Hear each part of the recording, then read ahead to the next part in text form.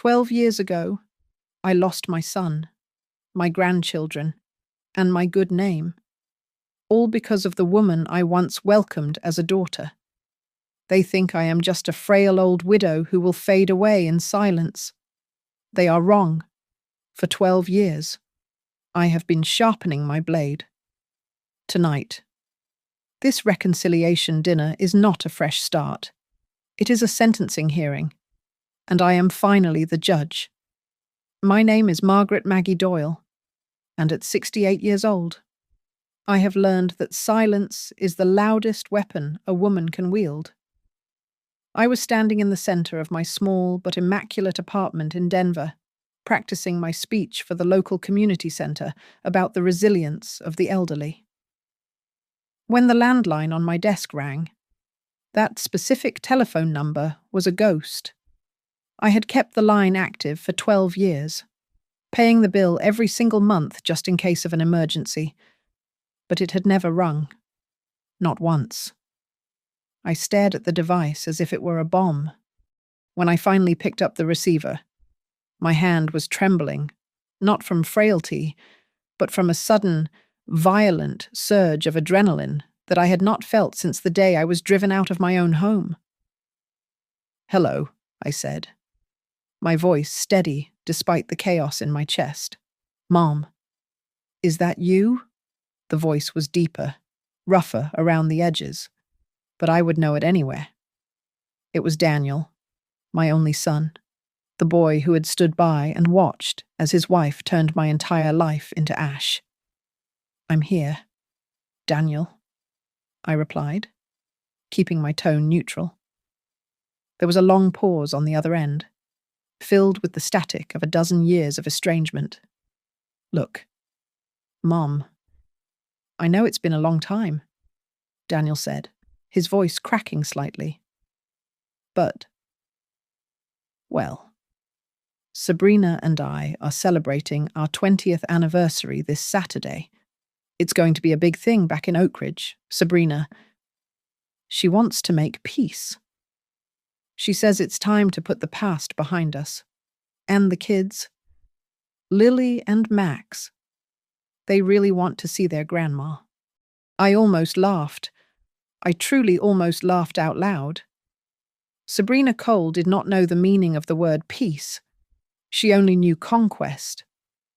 I listened closer, waiting for the real reason. It did not take long. "We've hit a bit of a rough patch lately," Daniel continued, his confidence withering. "With the business? You know. And Lily is supposed to start college in the fall. The tuition it's just astronomical.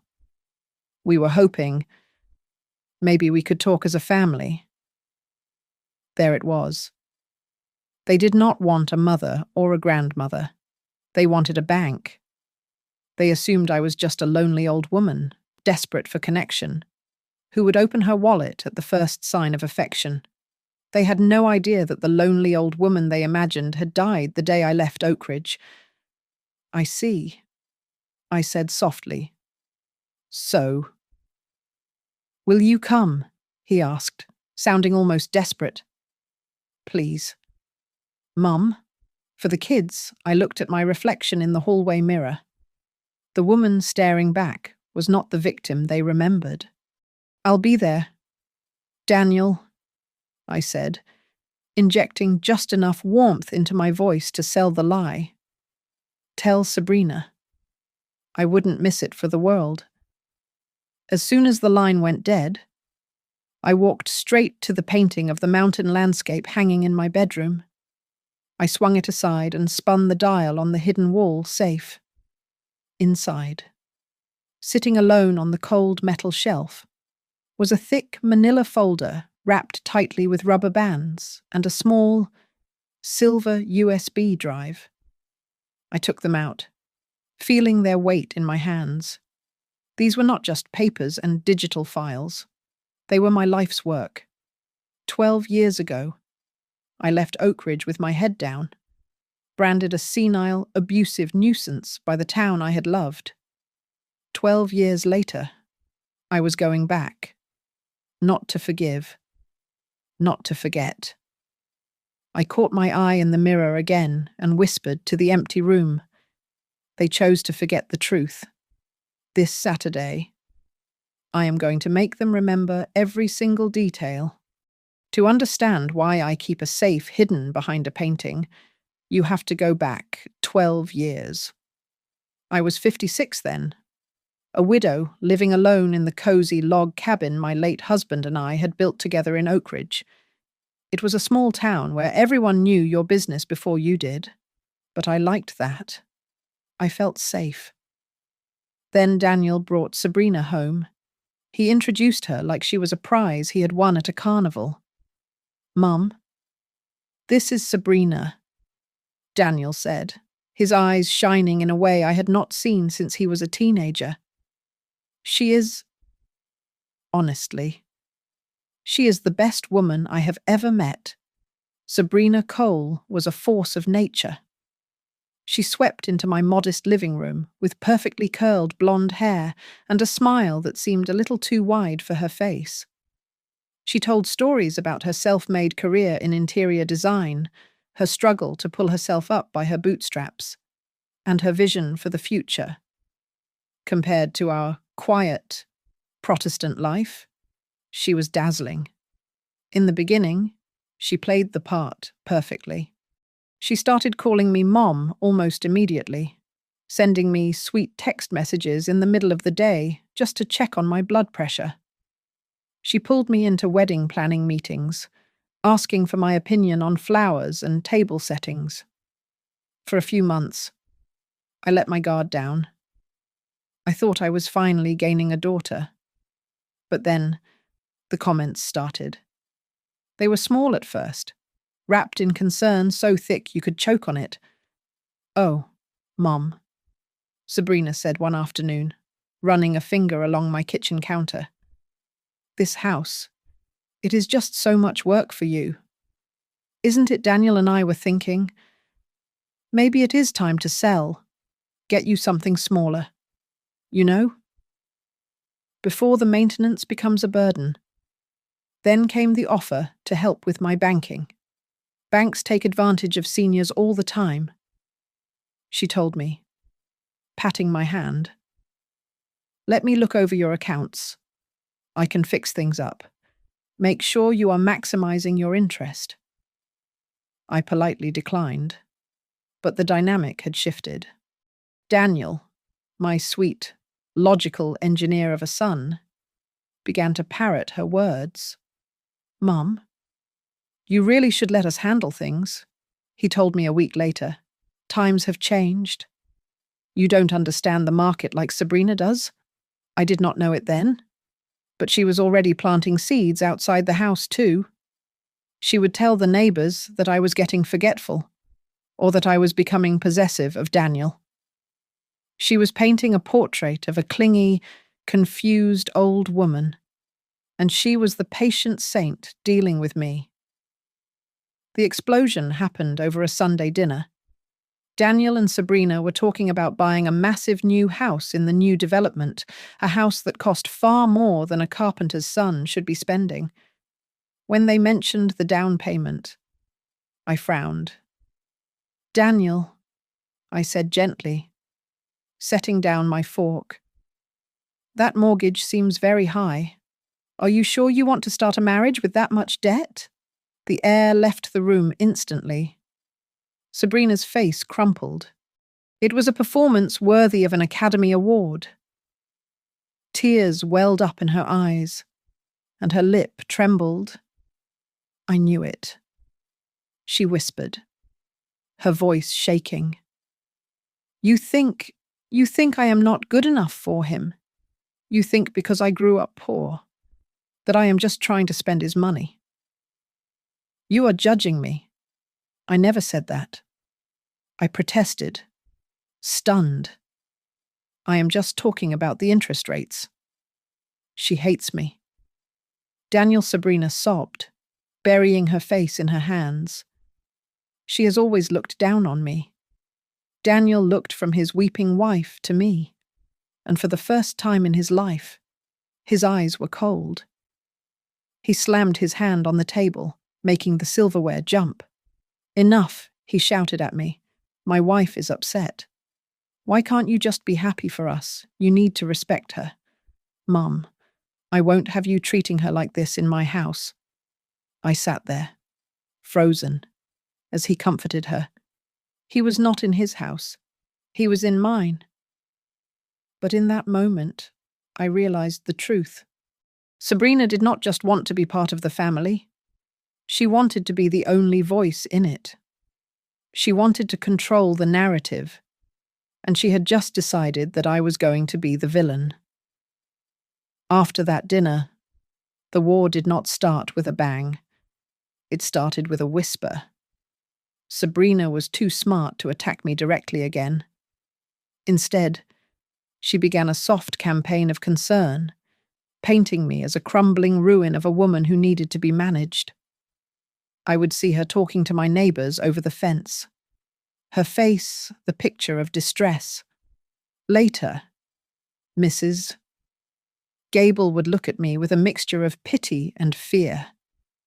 I found out later Sabrina was telling them I was mixing up my medications, or that I had started having conversations with people who were not there. It is just so hard to watch her deteriorate. Sabrina would say to Pastor Jenkins after Sunday service, loud enough for the choir to hear, "She is just so lost without Jack." The worst part was how she weaponized my grandchildren. Every time I sat on the floor to build blocks with 4-year-old Lily or hold baby Max, Sabrina would swoop in. "Come here, sweetie." She would coo, pulling Lily away from my lap. "Grandma is tired. We don't want to bother her when she is having one of her days." "I am not tired, Sabrina," I would say, trying to keep my voice light. "Of course you aren't." She would reply with a condescending smile that did not reach her eyes.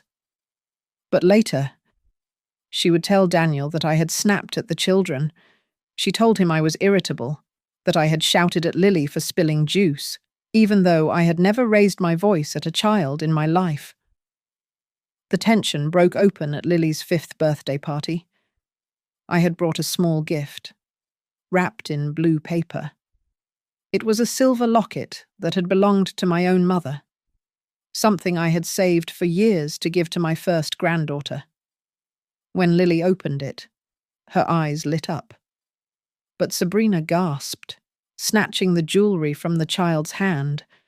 "Oh my God," she said, holding it up by the chain with 2 fingers as if it were a dead mouse. "Maggie, this is... Look at the clasp. It is all rusted. Is this even sanitary? I can't let her wear this. It is... dangerous." The room went silent. "It is silver. Sabrina," I said, my face burning. "It just needs a polish. It is a family heirloom. It is sharp," Sabrina insisted, putting it high up on a shelf, out of reach. "We will put it away for when she is an adult. Thank you, though." She made me look like a cheap, thoughtless old woman trying to hurt a child with garbage. But that was nothing compared to the incident on the sidewalk a few weeks later. We were walking out of the grocery store. Lily saw a dog across the street and bolted. A delivery truck was coming around the corner. I did not think. I just reacted. I lunged forward and grabbed Lily's arm, yanking her back onto the curb just seconds before the truck roared past. Lily started crying from the shock, and I was shaking, hugging her. Sabrina came running out of the store, but she did not see a rescue. She saw an opportunity. "What did you do to her?" she screamed, tearing Lily away from me. She pulled up Lily's sleeve, revealing a faint red mark where I had gripped her to save her life. "Look at this, you. You hurt her. You left a bruise. I saved her," I pleaded, looking around at the gathering crowd. "She ran into the street. I had to. I had to grab her. She is terrified of you, Sabrina shouted, playing to the audience of shoppers. Get away from my daughter. By the next morning, the story in town was not that I had saved my granddaughter. It was that Maggie Doyle had lost her temper and physically assaulted a 5-year-old. The mothers at the park gathered in tight circles when I walked by, turning their backs. Daniel came to my house that night. He could not even look me in the eye. "Mom," he said, staring at his boots. "Sabrina and we think it is best if you don't see the kids unsupervised for a while. Just for everyone's safety." "Daniel," I whispered, my heart breaking. "You can't believe this. You know me." "I have to protect my family," he said, repeating the line she must have fed him a dozen times. The final blow came on a Tuesday evening.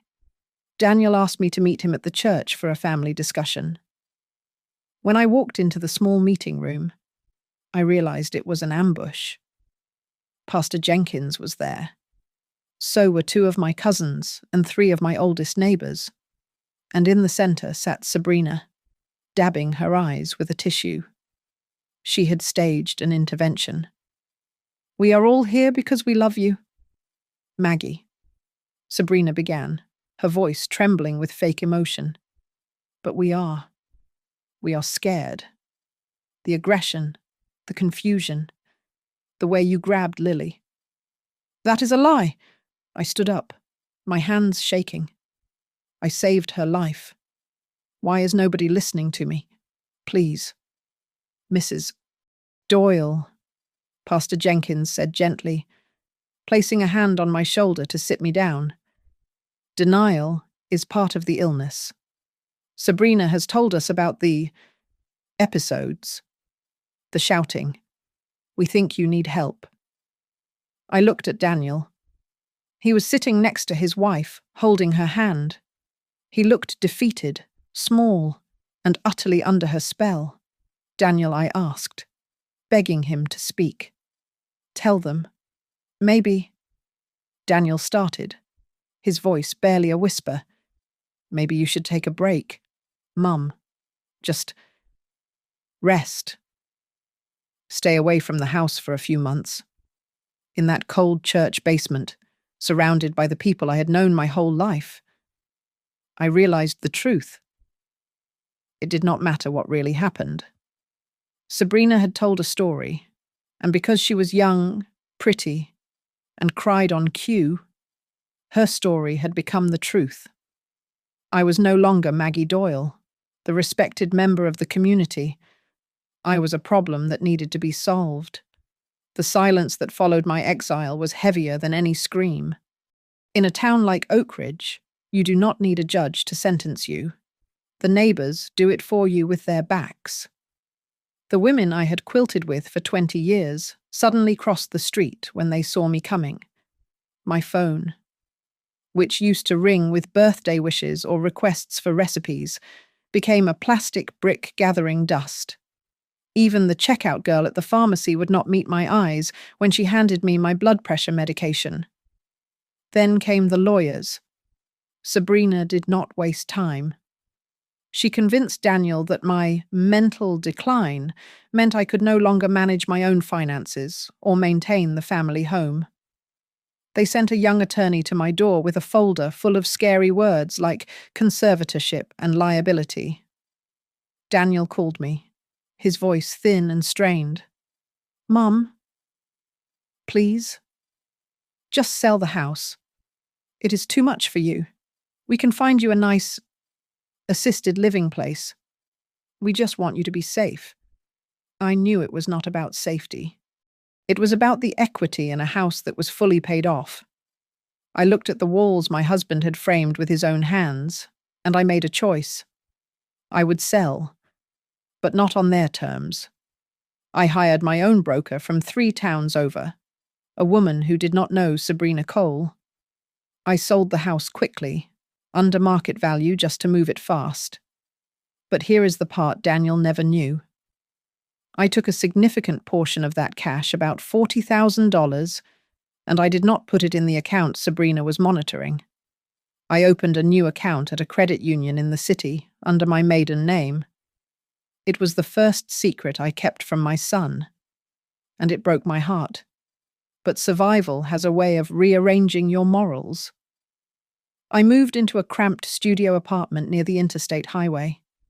The walls were paper-thin, vibrating every time a semi-truck roared past, instead of the smell of pine trees and the sound of birds. I fell asleep to the smell of exhaust and the sound of my neighbors fighting about money. The lowest point came 2 months later. I was at the supermarket, pushing a cart with a wobbly wheel, when I froze. At the end of the cereal aisle, I saw them, Lily and Max. They were holding Sabrina's hands. Lily looked so tall. I took a step forward, my instinct to hug them overpowering my logic. Lily looked up and locked eyes with me. There was no recognition in her gaze, only fear. She tugged on Sabrina's sleeve. "Mommy, is that Grandma?" Sabrina did not even look at me. She tightened her grip on Lily's hand until her knuckles turned white. "No, sweetie," Sabrina said, her voice loud enough for me to hear. "That is just a person who made our family very sad. Don't look at her. Walk." They walked past me as if I were a ghost haunting the cereal aisle. I stood there until a stock boy asked me to move. I went back to my apartment and sat in the dark for 3 days. I did not eat. I did not sleep. I just let the grief hollow me out. On the 4th morning, I dragged myself to the bathroom mirror. The woman staring back was grey, gaunt, and vanishing. I realized then that if I died in that room, Sabrina's story would be the only one left. She would stand over my grave and tell everyone how hard she tried to save me. "No," I rasped, my voice sounding like gravel. "No. She does not get to write the ending." I went to the dollar store and bought 5 cheap spiral notebooks and a box of black pens. I sat at my wobbly kitchen table and started writing. I wrote down dates. I wrote down the lies. I wrote down the bank transfers I remembered. I wrote down the exact wording of the threats she had veiled as concern. It was not a diary. It was an affidavit. A week later, I saw a flyer at the post office for a company called Stonebridge Facilities Group in Denver. They needed administrative help. It was hundreds of miles away. It was a new life. I packed my clothes into 2 suitcases. I put my notebooks in my carry-on bag. I left Oak Ridge without saying goodbye to a single soul. I was leaving town as a victim. But as I drove toward the highway on-ramp, I made a silent vow. I would come back one day, and I would not be the fragile old woman they had discarded. I would be the storm that washed them all away. At Stonebridge Facilities Group, nobody knew me as the crazy grandmother from Oak Ridge. To them, I was just Margaret, the woman in the back office who could spot a billing error from a mile away.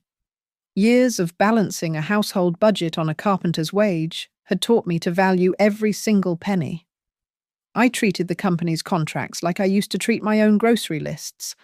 I found mistakes that saved the firm thousands of dollars, and within 2 years, I was promoted to assistant coordinator.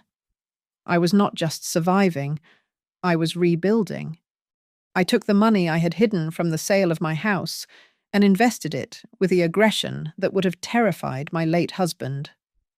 I bought a small, run-down condo in a developing neighborhood, fixed it up myself on weekends, and rented it out. While Sabrina was telling the world I was a senile burden, I was quietly becoming a landlord with a credit score of 800. But money was not the goal. Justice was. I started volunteering on Tuesday nights at a legal aid center for the elderly. I filed papers and made coffee, but mostly, I listened.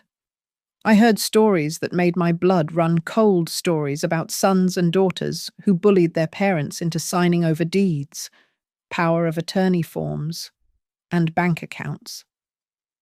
That was where I met Angela Price. She was a sharp, young lawyer with messy hair and eyes that looked like they had seen too much cruelty. One rainy Tuesday, after the centre had closed, I placed my stack of spiral notebooks on her desk. "I have a case for you," I said quietly. "But it is not a client. It is me." Angela read for an hour in silence. When she finally looked up, she took off her glasses and rubbed her temples. "Maggie, this is meticulous," she said, tapping a page where I had recorded dates and direct quotes. "But the statute of limitations on some of this, it is tricky. Emotional abuse is hard to prove in court. We need hard evidence of financial fraud. We need a pattern." "She isolated me," I said, my voice tightening. "She made everyone think I was losing my mind. That is the playbook. Maggie." Angela sighed, leaning forward. "Gaslighting, isolation. Then, the extraction of assets. If she did this to you, she is doing it to someone else. Or she is hiding money." That night, I went home and opened my laptop. I typed Sabrina Cole Interiors into the search bar. What I found made my stomach turn. Her social media was a shrine to a life I knew Daniel could not afford.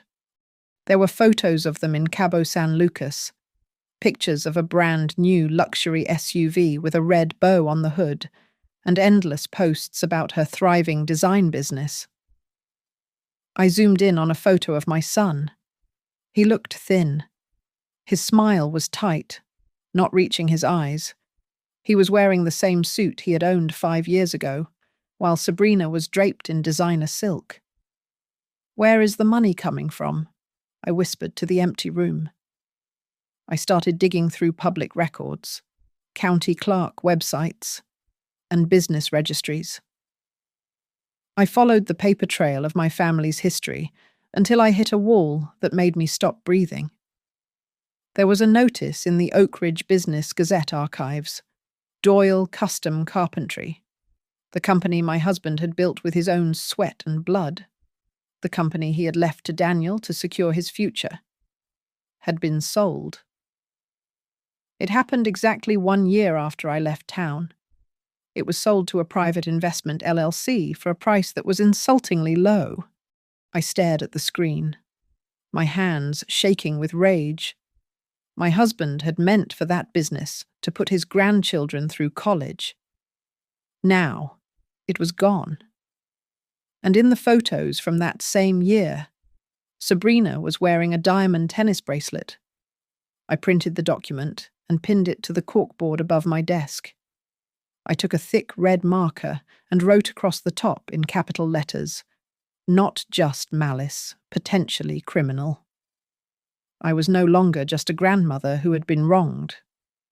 I was an investigator building a case against a predator, and I was just getting started.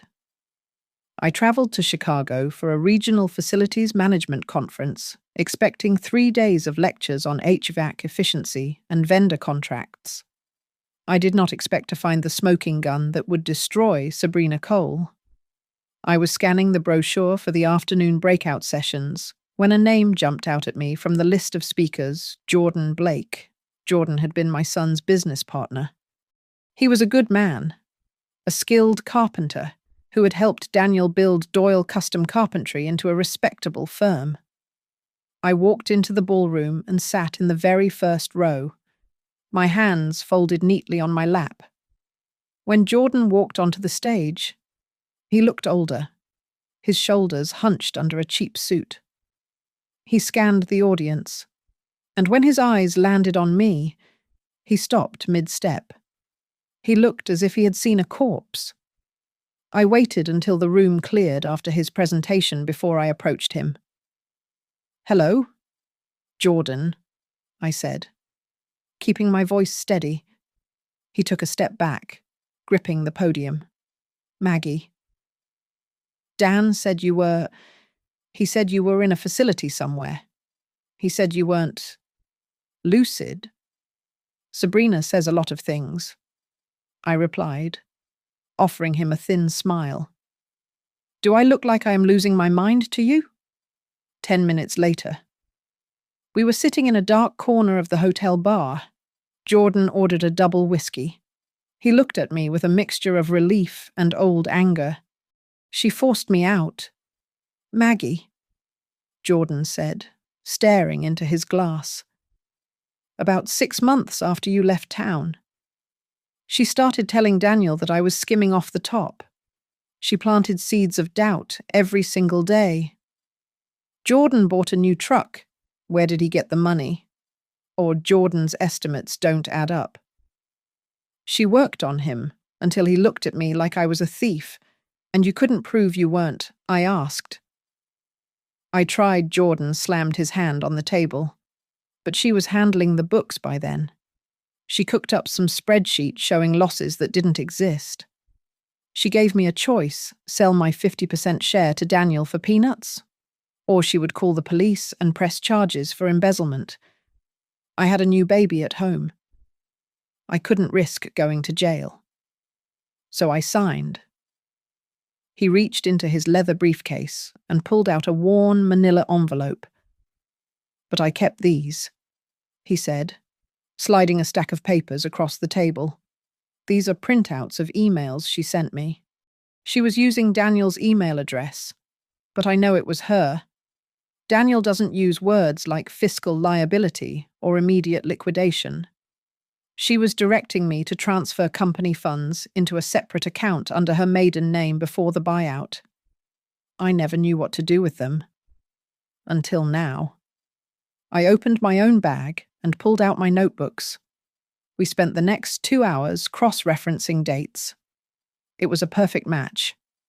The weeks she was isolating me from the family were the same weeks she was isolating Jordan from the business.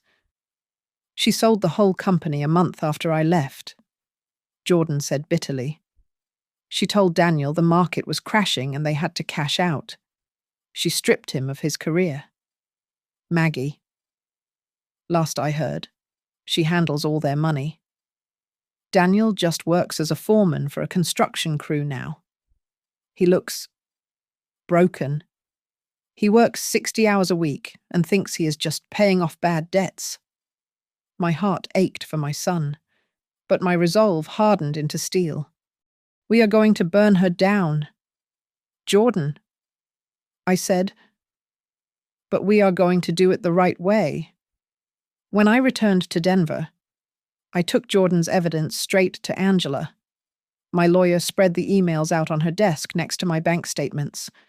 She read through them twice, her expression turning grim.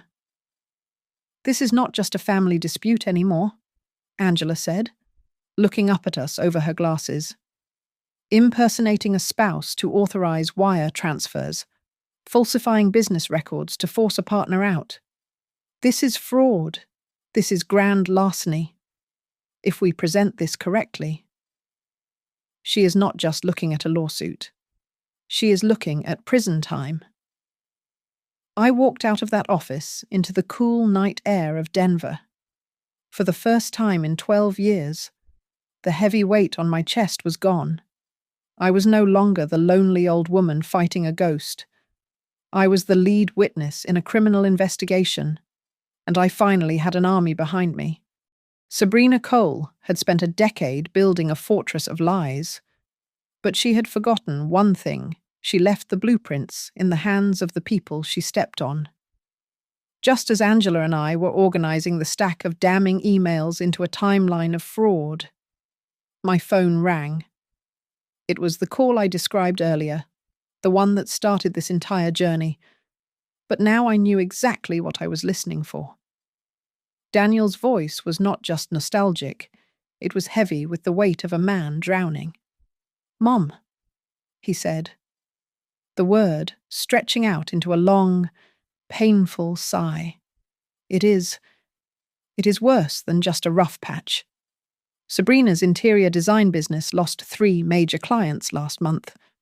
We are underwater. The house has a second mortgage on it. Our savings are basically gone. I sat in my chair, staring at the forensic accounting spread on Angela's desk, listening to my son admit to the ruin I had predicted 12 years ago. How did it get this bad? Daniel? I asked, keeping my voice soft, the way one speaks to a frightened animal. I don't know, he admitted, his voice cracking. I didn't manage anything. She said she was the expert. She said I should just focus on work and let her handle the future. God. I feel so stupid. I don't even know where the money went. Then came the second blow, the one that hurt more than the lost money. And there is something else, Daniel whispered. Lily. She was cleaning out the attic last week. She found a box. It was tucked behind the insulation in the far corner. It had everything. Mom. Every birthday card you sent, the savings bonds, the letters, all unopened. My breath hitched. I had sent those letters for 5 years before I finally gave up, assuming Daniel had thrown them away. She asked me why. Daniel continued, and I could hear him crying now. She is 19 years old. Mom. And she looked at me and asked why we told her you didn't care. I panicked. I told her. Your grandmother never did anything to me. I just listened to your mother. I think Lily hates us right now. That was the moment I knew I was not just going back for revenge. I was going back for a rescue mission. I hung up and looked at Angela. I am going, I said. But I am not going to beg. Angela nodded, her lawyer's mind already spinning the web. If we sue her from here, she will destroy the evidence and play the victim again. She will say you are confused, or that Daniel is lying. We need her to show her hand. We need her to try to steal from you again. But this time, we will be watching. We spent the next 3 hours drafting a trap. Angela created a set of documents for a purely educational trust fund. It looked incredibly official, promising a substantial sum of money for the grandchildren. But the fine print, the legal language that Sabrina would likely skim over in her greed, stated clearly that the funds would be managed by an independent third party in Denver, with absolutely no access granted to the parents. We need her to think she is winning, Angela said, handing me the folder. She needs to think you are the same weak, pliable woman she pushed out of town. Let her believe she is tricking you into signing over your assets, the moment she tries to execute that power. We have her for attempted fraud on top of everything else. I played my part perfectly. I booked a seat in economy class, even though I could easily afford first. I reserved a room at the Motel 6 on the outskirts of Oak Ridge, the kind of place with flickering neon signs and thin towels, to reinforce the image that I was not a woman of means. But before I packed my bag, I made one more call. I hired a private investigator named Mr. Henderson, a retired state trooper from the next county over. I need you to be invisible, I told him. I need audio and video of every interaction I have with her. Can you do that? Consider it done, Mrs. Doyle, he replied. The night before my flight, I sat on the edge of my bed in Denver. The 2 heavy suitcases were packed. My notebooks were in my carry-on. I felt a terrifying ache in my chest. I still loved Daniel. I remembered the smell of his hair when he was a baby. I wanted to hold my grandchildren. But I knew that if I went back and played nice, if I swept the past under the rug for the sake of a peaceful dinner, I would be letting Sabrina win. I would be letting a criminal raise my granddaughter. Peace is a lie. I whispered to the empty room. Truth is the only thing that matters now. I turned off the lamp. Tomorrow, the war would finally come home. I drove my rental car down Main Street, the tires humming against the cracked asphalt. Oakridge had aged, and not gracefully. The corner grocery store where I used to buy fresh peaches was gone, replaced by a pawn shop with bars on the windows. It felt fitting. The town, like the family I was driving toward, had lost its warmth. When I pulled into the driveway of Daniel's house, I barely recognized it. On social media, Sabrina posted photos of a pristine, $1 million sanctuary. In reality, the lawn was dead, choked by weeds that were waist-high in places. The paint on the siding was peeling in long, grey strips like dead skin. The shiny luxury SUV was nowhere to be seen. In its place sat a rusted sedan leaking oil onto the concrete. The smell of desperation was stronger than the smell of the damp autumn air. The front door swung open before I could even knock. Sabrina stood there, wearing a dress that was too tight and a smile that was too bright. "Mom. Oh my God. You made it," she shrieked, pulling me into a hug that felt more like a shakedown than a greeting. I stiffened, smelling the sour tang of cheap white wine on her breath beneath the heavy layer of perfume. Her eyes didn't meet mine. They darted immediately to my worn leather handbag, assessing its quality, calculating my worth. "Hello, Sabrina?" I said, letting my voice sound thin and brittle. Inside, the house felt heavy. I looked past her shoulder and saw them. My grandchildren. Lily was 19 now, a tall, striking young woman standing with her arms crossed near the kitchen island. Her eyes were sharp, scanning me with a mixture of curiosity and deep suspicion. Beside her stood Max and Jonah, two teenage boys who looked at me like I was a stranger who had walked in off the street. "Say hello to Grandma Maggie," Sabrina commanded, her voice dropping an octave. "Hi," Max mumbled, looking at the floor. It took every ounce of strength I had not to weep. 12 years of birthdays, holidays, and scraped knees, stolen from me. Sabrina led me on a tour of the house, pointing out the expensive leather sofa and the granite countertops. But I saw the truth. I saw the water stain on the ceiling that hadn't been fixed. I saw the flickering light in the hallway. I saw the stack of final notice envelopes hastily shoved into a drawer that wasn't quite closed. Dinner was a tense affair of store-bought roast chicken and awkward silence. But as soon as the plates were cleared, Sabrina leaned forward, resting her chin on her hands. "You know, Mom," she began, her voice dripping with faux concern. "Seeing you here, it really makes us think about the future. We are all getting older. Daniel and I were just saying, it would be so terrible if something happened and your estate got tied up in probate court. The government takes everything if you aren't careful." I took a slow sip of water, letting my hand tremble just enough to be convincing. "I worry about that too," I lied. "I don't have much. Just some savings and my little apartment in Denver. But I want it to go to family." Sabrina's eyes lit up like a predator seeing a wounded deer. She kicked Daniel under the table. "Well," she said, speaking quickly, "I could help you with that. I actually have some standard forms. You know, power of attorney, a simple will. We could draft it up so you don't have to pay a lawyer. It would save you so much trouble. We could just take that burden off your shoulders." I paused, pretending to think it over.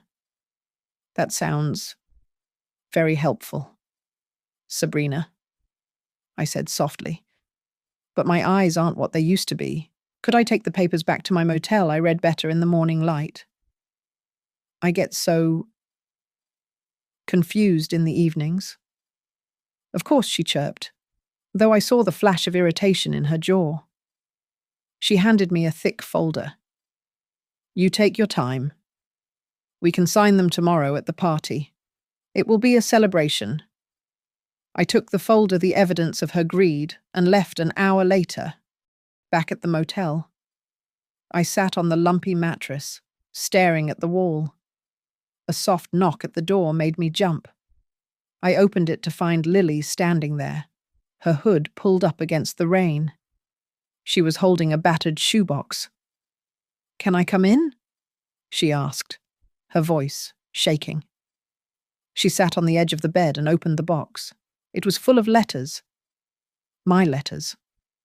Hundreds of them, the edges worn, the seals broken. I found these in the attic, Lily whispered, tears streaming down her face. She hid them. She told us you didn't care. But you wrote every week. You sent money for my braces. You sent cards for my graduation. She looked up at me, and the suspicion was gone, replaced by a raw, angry grief. I read them all. "Grandma," she said, her voice cracking. I don't trust my mum anymore. Tell me what to do. I want to help you take her down." I reached out, and finally, after 12 years, I took my granddaughter's hand. "Dry your eyes." "Lily," I said, my own voice steady and cold. "We have work to do." The next morning, the phone in my motel room rang. It was Angela, and her voice was tight with professional rage. "Maggie, I have read through the documents Sabrina gave you," she said. "This is not a will. It is a durable power of attorney combined with a voluntary conservatorship agreement. If you sign these, you are not just simplifying your estate. You are handing her the legal right to sell your apartment, access your bank accounts, and even decide what nursing home to put you in. It is a death warrant for your freedom." "I expected as much," I replied, staring at the water stain on the ceiling. "And there is more," Angela added. "I brought in a forensic accountant from the state. It turns out Sabrina Cole is already a person of interest. She has 3 outstanding civil judgments against her for unpaid contract work, and the IRS is looking into her business for tax evasion. She is desperate. Maggie, she needs your money to stay out of jail." An hour later, Mr. Henderson, the private investigator, knocked on my door. He set a small digital recorder on the wobbly table and pressed play. It was a recording of my conversation with Sabrina from the previous night, but the audio quality was crystal clear. "If you sign this, Mum, I promise, I won't put you in a home." Sabrina's voice purred from the speaker. "Unless you do something stupid." The threat hung in the air, sweet and poisonous. "That is coercion," Mr. Henderson said, crossing his arms. "Combined with the fraudulent documents, we have enough to arrest her right now." "No," I said, shaking my head. "An arrest is too quiet. She will spin it. She will tell the town I framed her. I need everyone to see it. I need to catch her with the pen in her hand." I picked up the phone and dialed Sabrina. I forced my voice to sound shaky, the voice of a woman who was ready to give up. "Sabrina, dear," I said, "I have been reading these papers. And I think you are right. I can't handle this burden anymore. But I want to do it properly. Can we sign them at the party tonight? I want Pastor Jenkins to witness it. I want everyone to know that we are a family again." There was a pause, and then I heard the smile in her voice. "Oh, Mom, that is a beautiful idea. She cooed. Pastor Jenkins would be thrilled. It will be the highlight of the night. While Sabrina was busy arranging the seating chart for her victory lap, my army was moving in the shadows. Lily sent me a text message from inside the house. She and Max had raided Sabrina's home office while she was at the salon. They found a black ledger hidden in a shoebox of receipts, a handwritten record of cash Sabrina had siphoned from Daniel's accounts over the last 5 years. Max had photographed every page. At noon, a car pulled into the motel lot. Jordan Blake stepped out, looking nervous but determined. He was carrying a briefcase that contained the original server logs from the IT department of their old company, proving that the emails authorizing the sale of the business had come from Sabrina's IP address. Not Daniel's. "I am ready," Jordan said, gripping my hand. Angela had already made the final move. She had visited Pastor Jenkins privately. She didn't tell him everything, but she told him enough to make him agree to host the party in the church's community hall instead of Daniel's house. She told him it was for safety, but really, it was for the stage. A church hall is a public place, a place where the truth cannot be hidden behind closed doors. That night, as I dressed in my best suit, I laid the files out on the bed one last time, the emails, the bank statements, the transcript of her threats. The trap was set. I looked at myself in the mirror. My hands were steady, my eyes were clear. "You wanted my life. Sabrina," I whispered to the reflection. "Tonight. You are going to pay for it." The community hall at the First Methodist Church was decorated with white streamers and a large banner that read, "20 years of love." It smelled of floor wax and sugary buttercream frosting. In the center of the room, a large photo of Daniel and Sabrina stood on an easel, surrounded by smiling neighbors, the pastor, and family friends. To them, this was a celebration. To me, it was a courtroom. Sabrina tapped her spoon against a champagne glass, silencing the room. She looked radiant, or at least she thought she did. "I want to make a special toast," she announced, placing a hand on my shoulder. "To my mother-in-law, Maggie. After years of distance, she has come home, and she has decided to trust us with her future. Today, she is signing over the management of her estate to Daniel and me, so we can ensure she is taken care of forever." There was a polite round of applause. Sabrina signaled to a notary she had hired, a man who looked bored as he placed a thick stack of documents in front of me on the main table. "Just sign here, here, and here, Mom," Sabrina whispered, offering me a heavy fountain pen. "And then we can cut the cake." I took the pen. I let my hand tremble. I looked up at the crowd, then back at the paper. "Sabrina?" I asked, my voice wavering just enough to draw everyone's attention. "This paragraph here, it says you get full control over my medical decisions.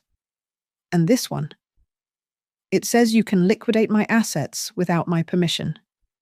It is just standard legal language." "Mom," she hissed through a frozen smile. "Just sign it." I dropped the pen. It hit the table with a loud clack. I stood up, and the trembling in my hands vanished instantly. I looked her dead in the eye. "You say this is to protect me?" I said, my voice ringing clear across the silent hall. "But if I sign this, Sabrina, who is going to protect me from you?" "What are you talking about?" She laughed nervously, looking around. "She is having an episode. Everyone. Daniel. Help her." "She is not having an episode." Angela Price said, stepping out from the back of the room. She slammed a heavy box of files onto the table. She is presenting evidence. And so am I, Jordan Blake said, stepping up beside me. He held up the server logs. These are the emails you sent pretending to be Daniel, authorizing the sale of Doyle Custom Carpentry. You stole his company, Sabrina. You stole it and sold it for pennies on the dollar to a buyer who gave you a kickback. The room gasped. Sabrina's face went pale. Lies, she shrieked. Get them out of here. It is not a lie, Lily said, her voice shaking as she walked forward with Max. She held up her phone. I have the texts. Mom? The ones where you called Grandma a burden and said you would dump her in a state home the second she signed the checks. Max placed a plastic bag on the table. Inside were the charred remains of envelopes. And I saw you burning Grandma's letters in the backyard grill. Pastor Jenkins, a man of peace, stepped forward with a look of profound disappointment. He pulled a bundle of letters from his jacket pocket. She gave these to me to deliver to you. Sabrina, he said quietly. You told me you would give them to the children. You looked me in the eye and lied in the house of God.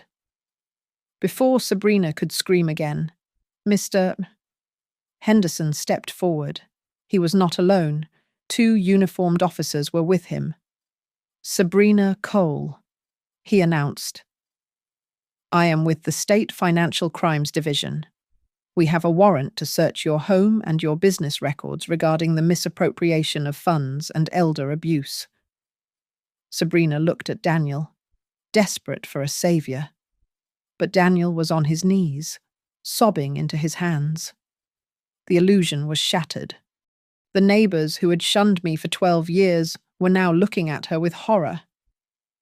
As the officers led her away, she didn't look like a powerful matriarch. She looked like exactly what she was, a common thief. Daniel tried to hug me, but I gently stopped him. I am sorry, Mum. He wept. I didn't know. I swear I didn't know. Today isn't about forgiveness.